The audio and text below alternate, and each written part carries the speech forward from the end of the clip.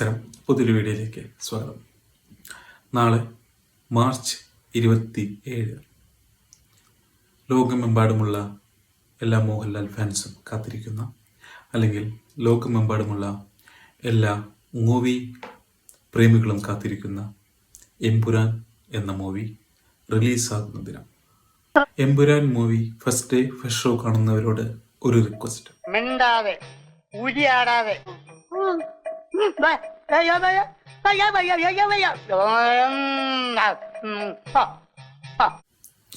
ദയവ് ചെയ്ത് നിങ്ങൾ തിയേറ്ററിൽ നിന്ന് വിഷ്വൽ ക്യാമറയിൽ പകർത്തുകയോ സസ്പെൻസ് ഔട്ടാക്കുകയോ ചെയ്യാതിരിക്കുക.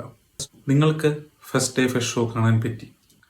ഫസ്റ്റ് ഡേ ഫസ്റ്റ് ഷോ കാണാൻ പറ്റാത്ത ഒരുപാട് സിനിമാ പ്രേമികളുണ്ട്. അവർക്കും ഇതേ ആവേശത്തോടെ സിനിമ കാണണമെന്നുണ്ട്.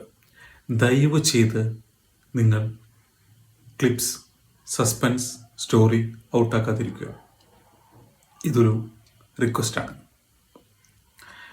2022 മലയാള സിനിമയിൽ റിവ്യൂവേഴ്സ് കൂടുതൽ ഫേമസ് ആയത്. ആറാട്ട് എന്ന മൂവി റിലീസായതിനു ശേഷം ആറാട്ട് അണ്ണനും, അങ്ങനെ ഒരുപാട് ആ അണ്ണൻ, ഈ അണ്ണൻ, പിന്നെ പെരേല, അലിൻ ജോസ് പെരേരോ അങ്ങനെ എന്തോ ഒരു പയ്യൻ, അങ്ങനെ പിന്നെ പുഷ്പ മൂവി റിലീസായപ്പോൾ പുഷ്പയുടെ ഡ്രസ്സ് ഇട്ട് വരുന്നു. ബറോസ് മൂവി റിലീസായപ്പോൾ അതേ കോസ്റ്റ്യൂം ഇട്ട് വരുന്നു. വൈറലാവാൻ വേണ്ടി പല ആൾക്കാർ പല വേഷത്തിൽ വരുന്നു. നാളെ നമുക്ക് കാണാം എമ്പുരാൻ മൂവി റിലീസാവുമ്പോൾ ഇതുപോലെ കുറേ ജോക്കർമാർ എത്തുന്നത്. ജോക്കർമാർ വന്നോട്ടെ, പക്ഷേ ദയവ് ചെയ്ത് നിങ്ങൾ സസ്പെൻസ് പൊളിക്കാതിരിക്കുക. ഈ മൂവി അല്ലെങ്കിൽ ഈ സിനിമ വ്യവസായമില്ലെങ്കിൽ ഇതേപോലുള്ള ജോക്കർമാർ സത്യത്തിൽ ഔട്ടാകും.